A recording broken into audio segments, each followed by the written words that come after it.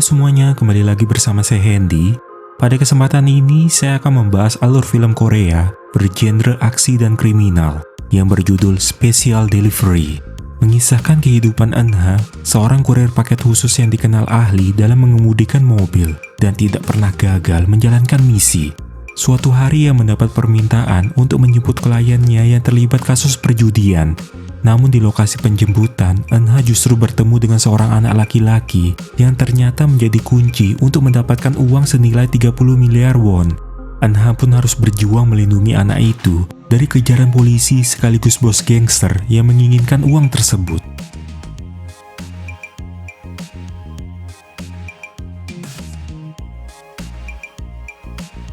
Film bermula memperlihatkan seorang gadis yang sedang menunggu panggilan sambil tertidur pulas. Gadis itu bernama Eunha, dan maksud kedatangannya adalah untuk mengambil mobil bekas yang telah rusak akibat mengalami suatu kasus.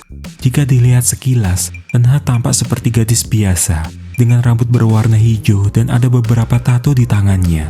Namun tidak ada yang tahu mengenai identitas Eunha yang sebenarnya adalah seorang pengemudi handal. Dia bekerja pada pria bernama Mr. Baek di sebuah pabrik limbah mobil. Aktivitas utama mereka bukan cuma mengolah mobil bekas, melainkan mereka dapat mengantarkan atau mengirimkan apapun yang tidak bisa dikirimkan lewat pos biasa. Jadi mereka bisa kirim apa saja dengan cara apapun juga. Karena setiap misi yang dijalankan tergolong berbahaya, tentu mereka mematok harga tinggi kepada setiap orang yang ingin menggunakan jasa mereka. Faktanya, selama ini Eunha belum pernah sekalipun gagal dalam menjalankan misi. Dan malam itu Mr. Baek memberi misi pada Eunha untuk menjemput 2 orang di sebuah hotel. Saat melihat pengemudinya adalah seorang gadis, awalnya kedua pria itu ragu apa mereka bisa sampai ke tujuan atau tidak. Sebab mereka hanya menilai dari penampilan luar saja, tanpa mengetahui kemampuan mengemudi yang dimiliki Eunha. Merasa waktu mereka sempit dan tak ada pilihan lain lagi, akhirnya kedua pria itu memutuskan ikut bersama Eunha. Tak jauh dari sana, ada mobil lain yang memantau pergerakan mereka. Namun hal itu tidak membuat Eunha takut. Ia pun mulai tancap gas dan berusaha menghindari mobil yang terus saja mengikuti mereka.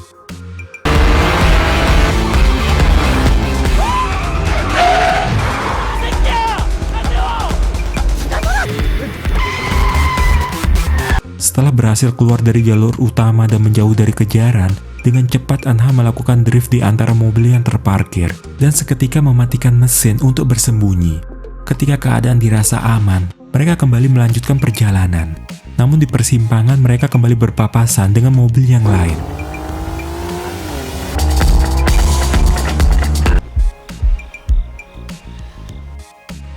Lagi-lagi Eunha melakukan trik yang sama untuk mengelabui para pengejar.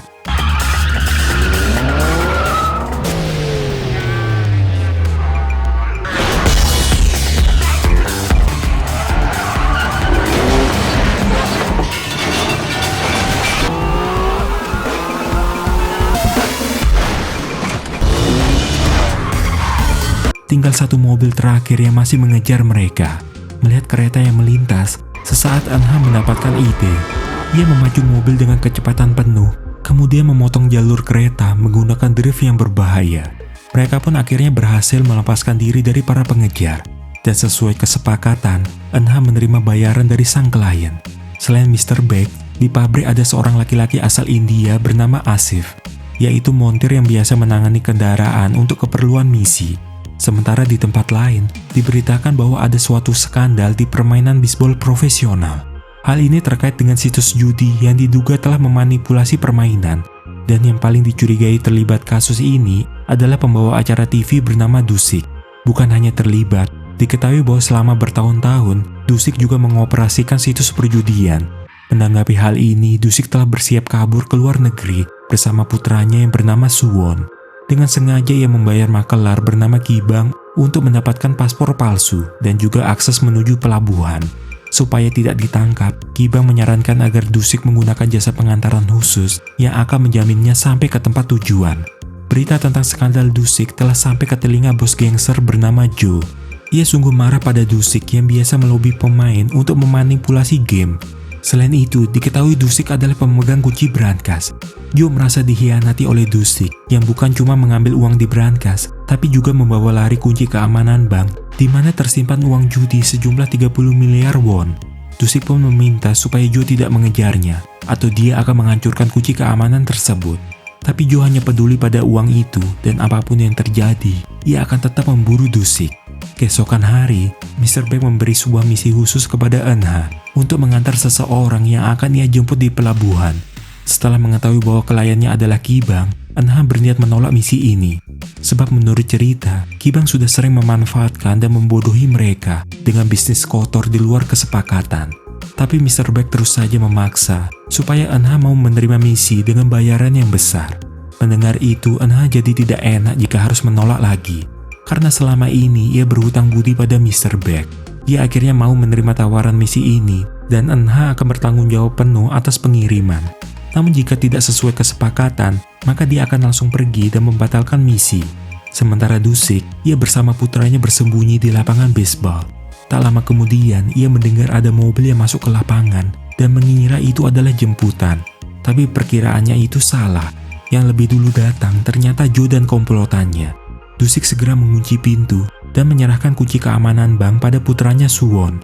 Dia mengarahkan Suwon agar kabur menuju mobil di luar lapangan yang sudah menjemput mereka dengan plat 6162. Sebelum pergi, Dusik menukar ponselnya dengan smartwatch milik putranya, kemudian menuntun Suwon kabur lewat jendela.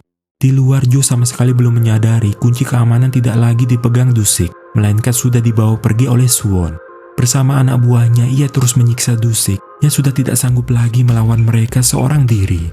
Sebenarnya tindakan Dusik ini cuma untuk mengulur waktu, sehingga tidak ada yang menghalangi Suwon menuju mobil jemputan. Eunha yang masih setia menunggu merasa cemas, karena ini pertama kalinya ia mendapat klien yang begitu terlambat dari waktu yang disepakati. Setelah melihat paspor mereka, Joe pun menyadari bahwa Dusik tidak berencana pergi sendirian, melainkan akan pergi bersama putranya. Ia kemudian mengerahkan anak buahnya mencari keberadaan Suwon. Namun ketika melihat Suwon, Eunha sama sekali tidak mau membukakan pintu. Karena sesuai kesepakatan, kliennya itu adalah Dusik dan bukanlah bocah seperti ini. Setelah tahu bahwa Suwon diburu oleh anggota gangster bersenjata, akhirnya Eunha mau menolongnya.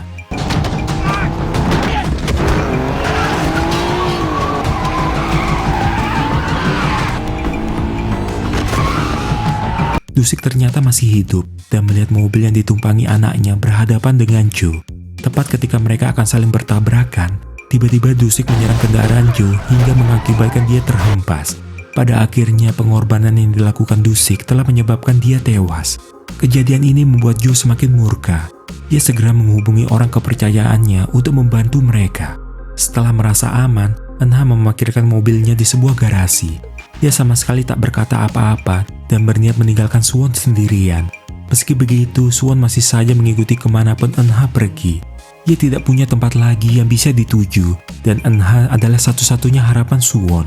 Selain itu, jika mengingat perkataan sang ayah, percuma saja melapor pada polisi, sebab pihak kepolisian juga telah dikendalikan para gangster. Suwon percaya cuma Eunha yang dapat menyelamatkan dia saat ini. Kalau memang Eunha menginginkan uang, Suwon bersedia memberikan semua uang yang ia bawa, asalkan Eunha mau menemani sampai ayahnya menelpon. Saat itu Suwon belum tahu bahwa ayahnya telah tewas dalam kecelakaan sebelum ini. Merasa bingung, Eunha memberitahu Mr. Beck kalau rencana mereka berantakan dan klien mereka juga masih anak-anak. Satu-satunya harapan untuk mendapatkan biaya pengiriman adalah uang yang saat ini dibawa oleh Suwon. Atas petunjuk yang diberikan Mr. Beck, Eunha berencana menitipkan Suwon pada seseorang. Namun setelah bertemu orang itu, Eunha jadi khawatir sebab ia mengenal bahwa orang tersebut sering menjual permen terlarang. Dalam perjalanan, Eunha merenungi apa tindakannya ini sudah benar atau tidak. Ia pun memeriksa tas anak itu dan sama sekali tidak menyangka tas itu berisikan uang yang begitu banyak. Eunha pun menyadari bahwa Suwon terlibat kasus kejahatan besar yang tentu dapat membahayakan nyawanya. Ia bergegas kembali untuk mencari keberadaan Suwon. Saat itu Suwon beralasan ingin ke toilet karena ia merasa takut dan sempat berniat kabur lewat jendela sebelum Eunha menemukannya. Selain sebagai ketua gangster, Joe ternyata adalah kapten di kepolisian. Ia berniat menggunakan rekaman CCTV dan juga mengerahkan para polisi untuk dapat menangkap Eunha, yaitu dengan cara membuat laporan palsu bahwa Eunha adalah orang yang membunuh Dusik dan juga menculik anaknya. Menangkap kedua target di depan umum terbilang cukup beresiko bagi jabatan Joe sebagai kapten, karena bisa membongkar identitas asli dia sebagai ketua gangster. Semua ini demi mendapatkan uang 30 miliar won yang tidak akan mereka peroleh jika bekerja sebagai polisi seumur hidup. Jadi Jo akan mempertaruhkan semuanya demi mendapatkan uang itu kembali. Hari semakin larut, Eun-ha memutuskan bersembunyi sambil beristirahat di sebuah hotel. Ia sengaja menghubungkan telepon di kamar itu dengan kamar lain dengan suatu tujuan. Sementara itu, orang kepercayaan Jo mendatangi markas Kibang. Tanpa banyak berkata-kata, pria itu langsung menyerang semua orang di ruangan itu, terutama Kibang yang harus menerima hantaman senjata tumpul secara bertubi-tubi. Jo tahu bahwa Kibang yang membantu Dusik kabur.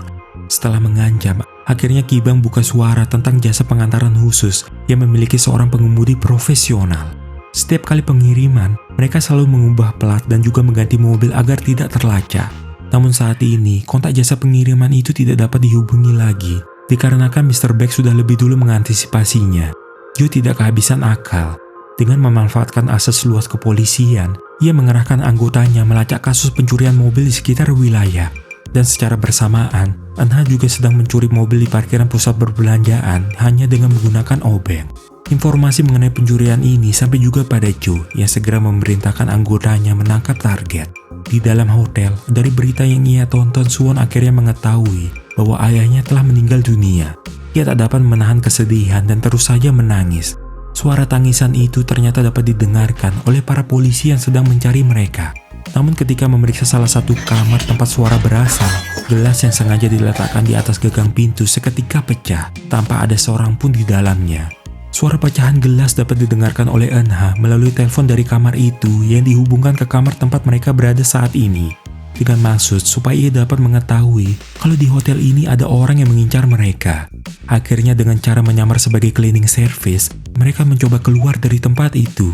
Namun sialnya mereka malah berpapasan dengan Jo yang justru menaruh curiga pada si gadis cleaning service. Ketika di dalam lift, Jo langsung menekan tombol emergency stop untuk mencegah mereka kabur. Sambil menunjukkan pistol yang ia bawa, Jo menawari akan membiayai pengiriman asalkan Eun-ha menyerahkan anak itu. Tapi dengan santai Eun-ha menjawab kalau gaji polisi tidak akan cukup membayarnya. Mendengar perkataan itu, Jo tidak segan lagi menyerang Eun-ha. Dia cuma ingin mengambil kembali benda yang telah dicuri oleh Dusik. Mengetahui bahwa Jo adalah orang yang membunuh ayahnya, seketika Suwon menggigitnya. Kesempatan itu langsung dimanfaatkan Eun-ha untuk merebut pistol dari tangan Jo. Semua itu terpaksa ia lakukan supaya mereka dapat meloloskan diri dari kejaran polisi. Eun-ha sendiri tidak mengerti, bukan cuma mafia yang mengincar Suwon, tapi kali ini polisi juga ikut mengejar mereka. Suwon memperlihatkan sebuah benda yang kemungkinan dimaksud oleh Jo, yaitu berupa kunci keamanan. Menyadari kendaraan yang mereka tumpangi telah terlacak, maka Eun-ha berinisiatif mencuri mobil lain yang dapat mereka gunakan. Dari sidik jari yang ditemukan, Jo mencoba melacak identitas Eun-ha. Mereka sempat mengalami kesulitan dikarenakan Eun-ha tidak memiliki catatan kriminal sehingga data dia tidak ada di database kepolisian. Jadi selama ini Eun-ha memang tidak pernah tertangkap sekalipun. Namun Jo tidak menduga kasus ini telah menarik perhatian Badan Intelijen Nasional atau BIN. Saat itu yang bertugas adalah Agen Han. Dari Agen Han diketahui bahwa Eun-ha sebenarnya berasal di keluarga yang membelot dari Korea Utara. Keluarganya telah meninggal dan Eun-ha melarikan diri sendirian. Tapi Agen Han tidak sepenuhnya percaya dengan laporan kepolisian yang menyebutkan bahwa Eun-ha adalah seorang pembunuh dan penculik anak kecil. Sebab jika melihat latar belakang Eun-ha, rasanya tidak mungkin ia akan melakukan kejahatan seperti itu. Saat di perjalanan, Suwon menceritakan kalau dia pernah mencoba mencari keberadaan ibunya dengan cara menghubungi satu persatu nomor di ponsel milik ayahnya. Namun tidak ada seorang pun mengakui kalau dia adalah ibu Suwon. Tapi di antara semua orang yang ia hubungi, cuma satu orang yang menangis saat mendengar suara Suwon. Jadi Suwon menduga bahwa wanita itu adalah ibunya. Ia pun meminta tolong pada Eun-ha mengantar dia ke tempat wanita yang dimaksud, yaitu dengan cara berpura-pura akan mengirim bunga agar dapat mengetahui di mana alamatnya. Karena tempat itu adalah sebuah klub malam, jadi cuma Eun-ha yang bisa masuk ke sana. Tapi setelah bertemu dengan wanita yang dimaksud, wanita itu justru membantah kalau dia adalah ibu Suwon. Dan semua ini cuma kesalahpahaman saja. Namun Eun-ha merasa wanita itu telah berbohong, yang tampak gugup dan justru mengkhawatirkan Suwon setelah tahu tentang kematian Dusik. Mendengar bahwa wanita itu bukan ibunya, Suwon berniat menelponnya kembali. Tapi Eun-ha segera merampas kemudian merusak ponsel milik Suwon. Dia akhirnya mengatakan kalau wanita itu memang ibu kandung Suwon, yang sama sekali tidak mau bertemu dan tidak ingin menjadi ibunya. Secara tak sadar, Eun-ha jadi khawatir dengan nasib Suwon nanti. jika sampai tinggal bersama wanita seperti itu. Di saat mereka sedang berdebat, tiba-tiba saja dari arah belakang Eunha diserang oleh orang kepercayaan Jo bersama komplotan gangster. Mereka membawa kabur Suwon, sedangkan Eunha harus berhadapan dengan si pria kejam. Setelah berhasil menghindar, Eunha berinisiatif membakar jaketnya sendiri. Hal itu akan menyebabkan sensor pemadam api di parkiran aktif, sehingga mengakibatkan kendaraan yang membawa Suwon jadi tergelincir. Di saat itulah Eunha menyerang si pengemudi hingga mematahkan kaki si pria. Aksi kejar-kejaran dengan pembunuh bayaran kembali terjadi. Eunha mengeluarkan seluruh kemampuan yang ia miliki demi menyelamatkan hidup mereka berdua. Pada akhirnya ia berhasil mengecoh pria itu yang harus terjun dari lantai atas bersama mobilnya. Kondisi Eunha yang terluka cukup parah membuatnya tidak sanggup lagi menyetir dan ia pun pingsan di tengah jalan. Khawatir dengan kondisi Eunha, Suwon berinisiatif mencari bantuan pada setiap kendaraan yang melintas. Tapi tak ada satupun orang yang bersedia menolong mereka. Hingga Suwon nekat maju ke tengah jalan yang pada akhirnya ada mobil yang mau berhenti. Alasan wanita itu mau menolong mereka karena dijanjikan uang banyak oleh Suwon. Saat ini yang terpenting baginya adalah keselamatan mereka berdua. Sedangkan di tempat lain, Agen Han kembali menghubungi Jo setelah ia mendapat informasi dari saksi mata yang mobilnya ditumpangi oleh Eunha dan Suwon. Agen Han merasa ada keanehan dengan kasus ini. Sebab jika ini memang kasus penculikan, seharusnya Suwon memilih kabur dan bukan malah menyelamatkan Eunha. Jadi Agen Han menilai bahwa ini bukanlah kasus penculikan ataupun perdagangan manusia. Oleh karena itu ia menuntut agar Jo segera memberikan bukti-bukti jika memang Eunha terbukti bersalah. Mengetahui segala kejahatannya hampir terungkap, maka Jo memutuskan menghilangkan jejak dengan cara membunuh orang kepercayaannya sendiri yang ternyata masih hidup dan sempat dirawat di rumah sakit setelah gagal menangkap target mereka. Agen Han yang curiga segera memberitakan anggotanya untuk memeriksa bukti kematian Dusik di TKP. Sedangkan Eunha, ia akhirnya tersadar di suatu tempat. Melihat Suwon yang tertidur di sebelahnya, Eunha cuma bisa memberinya senyuman. Dia tidak menyangka anak sekecil ini sanggup mengobati dan merawat dia dengan baik. Menyadari tidak ada tempat lagi yang dapat menampung Suwon, Eunha menghubungi Mr. Beck untuk menyampaikan kalau yang mengincar mereka bukan cuma mafia, tapi polisi juga ikut terlibat, di mana ketua mafia dan kapten kepolisian adalah orang yang sama. Jadi masalah ini semakin rumit, sekaligus menunjukkan tidak ada tempat aman juga buat Mr. Beck. Rencananya Eunha diminta membawa Suwon ke pabrik mereka untuk kemudian pergi ke luar negeri menggunakan paspor palsu yang dibuat Mr. Beck. Sementara itu di TKP kematian Dusik, anggota BIN menemukan smartwatch milik Suwon yang tertimbun di sana. Ternyata diam-diam Dusik merekam segala pembicaraan antara dia dan Jo sebelum ia mati menggunakan smartwatch itu. Akhirnya kecurigaan Agen Han benar bahwa Kapten Jo tidak mengejar seorang pembunuh, melainkan dia sendiri pembunuh yang sebenarnya. Malamnya, di saat Mr. Beck sedang membuatkan paspor untuk Suwon, Jo bersama komplotannya menyusup masuk ke dalam pabrik. Saat itu Suwon bersama Asif berada di ruangan lain, sedangkan Eunha masih dalam perjalanan menuju pabrik.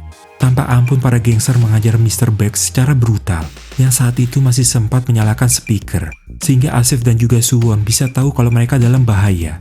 Asif pun segera menyembunyikan Suwon di dalam bagasi mobil, sedangkan dia mencoba menolong Mr. Beck. Meski dihajar habis-habisan, Mr. Beck tetap bungkam, karena ia ingin melindungi mereka yang sudah ia anggap keluarga. Tapi setelah melihat Asif yang juga tertangkap dan turut dihajar oleh Jo, akhirnya Mr. Beck buka suara kalau ia tahu benda apa yang dicari oleh Jo, yaitu kunci keamanan bank. Ia mengaku menyimpan kunci itu di dalam berangkas yang dilindungi menggunakan kombinasi dan juga sidik jari Mr. Beck. Setelah pintu berangkas terbuka, dengan cepat Mr. Beck mengambil shotgun yang langsung ia tembakkan ke arah dua anggota gangster. Sebelum akhirnya Jo membalas hingga menyebabkan Mr. Beck tewas secara mengenaskan. Dari dalam berangkas, Jo berhasil mendapatkan kembali kunci keamanan bank yang selama ini ia incar. Setelah mencari, tempat persembunyian Suwon berhasil mereka temukan, kemudian membawanya ke hadapan Jo. Tak jauh dari sana, Eunha yang mendengar suara tembakan memasuki kawasan pabrik dengan cara mengendap-endap. Dari jendela ia dapat melihat Suwon yang sedang ditawan, dan alangkah terkejutnya dia menyaksikan tubuh Mr. Beck yang sudah tergeletak dengan berlumuran darah. Perasaan sedih mulai menyelimuti Eunha. Namun ia sadar kalau masih punya kesempatan menyelamatkan Suwon sambil mengeluarkan obeng yang selalu ia bawa.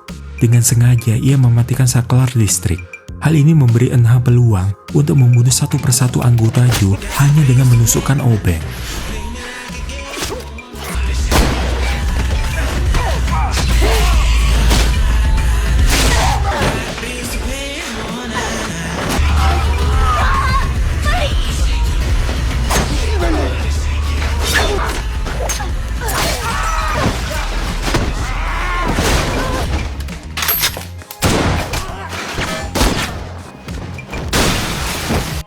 berhasil lolos melalui jendela, Eunha mencari di mana keberadaan Suwon yang saat itu bersembunyi.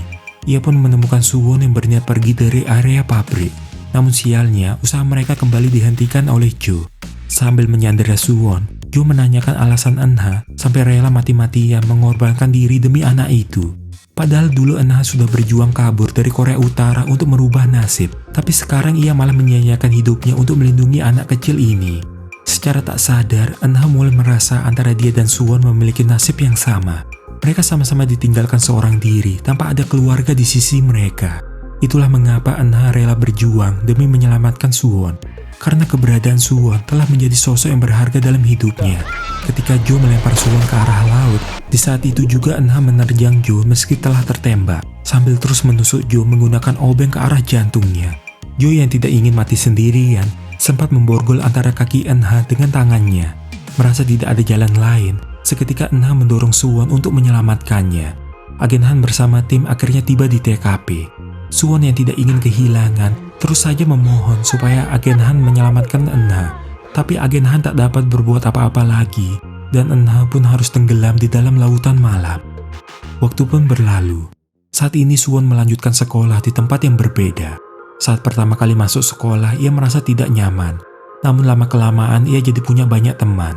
Kehilangan orang tua mengharuskan Suwon tinggal di panti asuhan. Sedangkan Asif, ia kembali pulih dan masih bekerja di pabrik pengolahan limbah mobil. Suatu hari Suwon yang keasikan belajar, jadi lupa kalau bus yang menjemputnya telah berlalu. Mau tidak mau ia pulang dengan cara berjalan kaki. Tak berapa lama, ada sebuah mobil yang terus saja mendampingi dia berjalan. Merasa penasaran, ia pun berinisiatif mengejar mobil tersebut. Tapi tak melihat ada siapapun di dalam. Alangkah kagetnya dia setelah dihampiri oleh seorang gadis yang ternyata adalah Eunha. Suwon tak kuasa menahan rasa rindu pada Eunha yang selama ini ia kira sudah tiada. Entah bagaimana caranya, yang jelas Eunha berhasil selamat dari peristiwa itu. Ikatan keluarga tidak harus selalu berhubungan darah, melainkan keluarga adalah orang-orang dalam hidupmu yang menginginkan kamu ada dalam hidup mereka dan menerimamu apa adanya. Karena sejatinya, keluarga itu ditemukan di dalam hatimu. Terima kasih untuk kalian yang sudah menonton hingga akhir cerita, dan sampai jumpa lagi di kesempatan lainnya.